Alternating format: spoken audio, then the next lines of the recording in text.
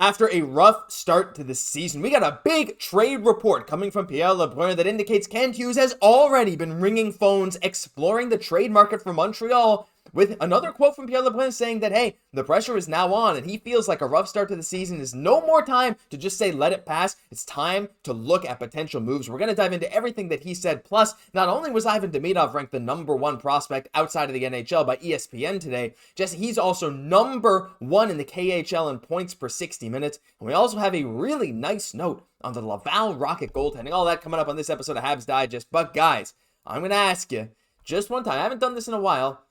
Be like Monty, get locked in to Habs Digest, because 50% of you guys watching are not subscribed to this channel. Still, we really appreciate every single subscriber. We got daily Habs news, rumors, reports, videos, weekly live streams, sometimes post-game live. So if you want a home for Habs content, this is the spot to be, and hit the button down below. It's completely free. Let's jump into the video, Jesse. This has been a really pleasant surprise coming out of Laval so far this season, and Laval right now is 3-1. They've actually been doing very, very solid this year, and hit it. There it is.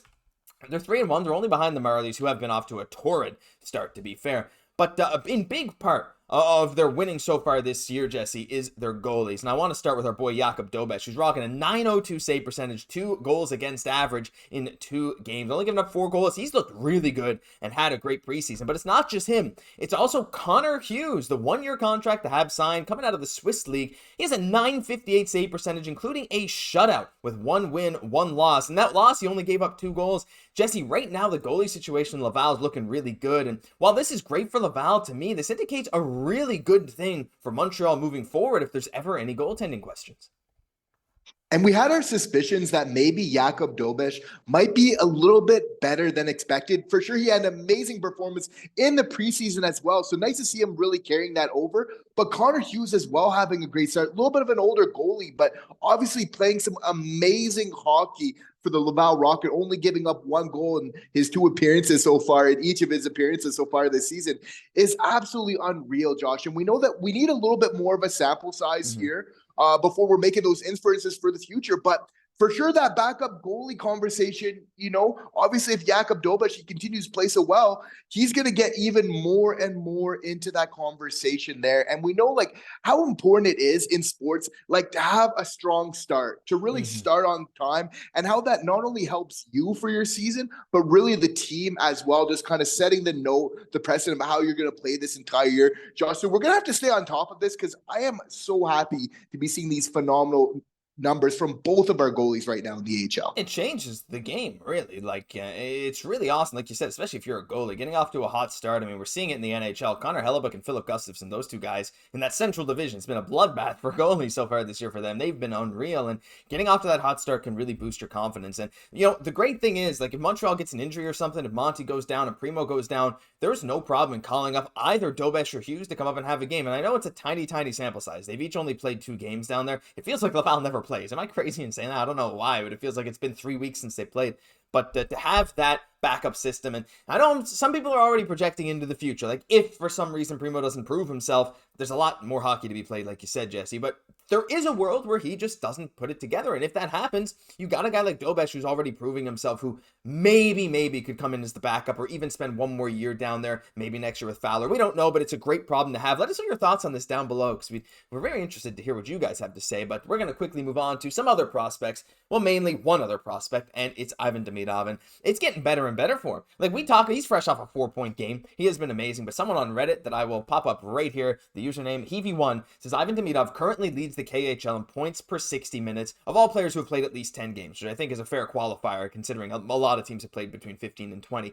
Ivan Demidov at 4.61 points per game, Jesse. The difference between Demidov and second place Nikita Artamonov is basically the same difference between 2nd and 6th place. Well, it's between 5th and 6th, but still, that's a crazy difference. You also see Tony DeAngelo there, but even Demidov is producing way more with the minutes he gets, and it's not to mention, Jesse, that they're barely ever using him on the power play, and for this reason, I know you had some stuff to say on that, but for this reason, ESPN ranked him as the #1 skater outside of the NHL in terms of prospects this year. Supremely talented, true difference maker, elite skill set, the most talented player outside the NHL, without a doubt. What do you think of this, Jesse? I had a feeling he might be up there, but after that 4-point game, he shot to the top of this list, and to be honest, it's not even close between him and second. And absolutely getting the praise to back it up from ESPN, calling the most talented player outside the NHL by far is huge, right? But like we see it, the numbers really show it as well that when Demidov is out on the ice, he is just producing a phenomenal clip, like above Demidov. I like to look at kind of, like points scored, per 60 minutes. Like it's kind of like the award for the most efficient player in the NHL. Like only when you do this in the NHL, it's only the very cream of the crop that really comes out this. So this is a huge statistic, and it really takes away, any merits from any kind of arguments of Rottenberg of why he's saying of why Demidov doesn't deserve to get the ice on, because like we see it, that the numbers show like when Demidov is on the ice, he is making things happen all the time. And the fact for his mental game, which has really kind of impressed me a lot, like not to get down, even though you're having big slumps of playing time, you're not in a rhythm, you don't know how much you're going to play.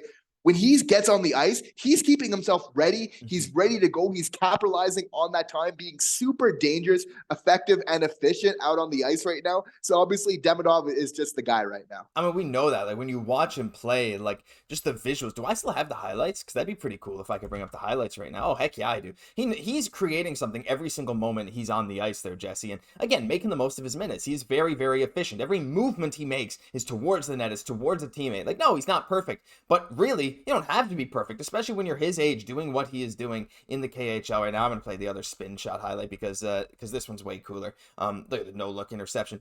Being efficient with your minutes is such a big thing, and the hockey IQ is shown. We could talk for days and days and days about the meetup, but I just wanted to highlight this really incredible stat. I'll link this Reddit post down below so you can go leave it the love it deserves, but just getting better and better for him every day. But Jesse, let's get on to the meat of this video because I know we're all excited for this. Oh baby! The trade talks are starting up already. This comes directly from Pierre Lebrun and Gino Reda from Insider Trading, and they were talking a bit about Utah and a bit about Montreal. Speaking about how Utah is potentially eyeing Ivan Provorov, really interesting because they've had some bad injuries. Of course, we're talking about Sean Dursey out for a while, but this is not a Utah Hockey Club show. This is the Habs Digest show, and so we're just going to show you what Pierre Lebrun had to say.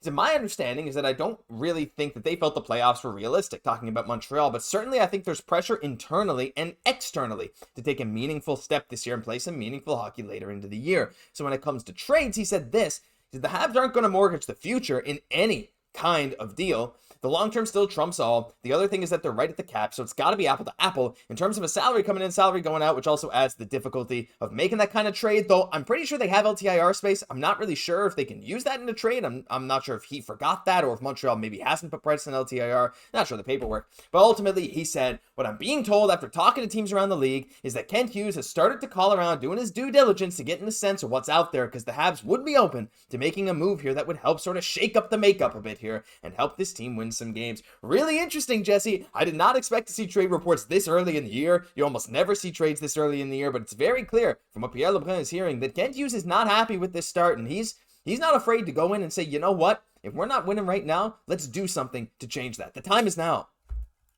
I love that. That's what we really want as Habs fans is like knowing that as the pressure is rising, that we're really there to kind of step it up and really take that game to a next level. I'm wondering is a Devo trade coming maybe a little bit sooner than expected? We know that obviously his value is not at a high right now, but when you look at improving a team, there's a couple different ways that you can do that. Obviously by addition, but there sometimes is that addition through subtraction as well. But again, when he's talking about, shaking up the makeup of this team, right? Of really kind of taking some key components of this team and really just seeing what we can kind of do. It's very early on this season. Obviously, trades are a lot harder to do, but I think it's just music to a lot of Habs fans' ears that LeBron is maybe insinuating that the Habs could be actually buyers this year rather than sellers. And let's face it, there's going to be a little bit of selling that will need to be done. But when are they going to do that in the point of the season? The fact that we're looking to actually actively take moves, I just love hearing this from Kent Hughes. It hasn't been the perfect start. Let's be real, though. There's been a lot of hockey. The Edmonton Oilers went on to win the cup or very close, rather. In my mind, I wish they would have won that game.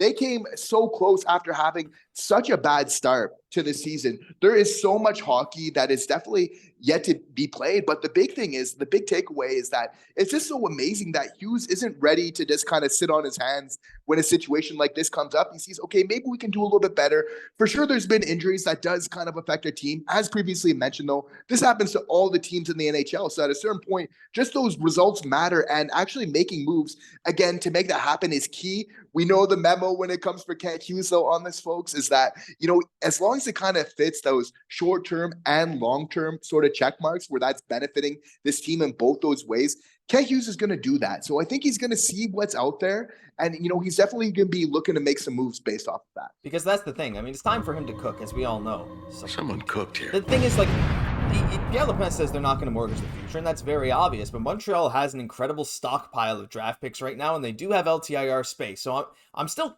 curious as to why Pierre Lepin said they'd be hard capped. I'm trying to figure that out. Maybe you guys know more than me when it comes to the salary cap. I think I'm fairly well versed, but I'm not sure why they couldn't use that. Maybe price is not officially there, but let us know down below if you know. But all the same, they have so many draft picks, Jesse. They have a couple guys in expiring deals like Dvorak and David Savard. Sometimes contending teams are willing to give up younger guys who are not in the picture right now for those kind of guys that can be impact players down the stretch, especially if you give them a little bit of draft compensation, or maybe you use a retention slot, something like that. So we'll have to wait and see. But guys, it's exciting to finally get trade reports back on the menu, and let us know what you think Montreal should target down below. A defenseman, a forward. I think a Devo trade is a really good call out, Jesse. I don't think they're looking to ship Savard yet, but I do think they might also be keeping their eye on some more defensive oriented defensemen, but we'll see what happens. But that'll do it for this episode of Habs Digest. If you enjoyed, leave a like, comment, subscribe to the channel, guys. We really appreciate everyone subscribing. We're on the road to 16K, and we're getting closer and closer every day. So if you want to help support us, support the show, hit the button down below. I'm Josh Gosse, my co-host Jesse Poirier. We'll catch you in the next one.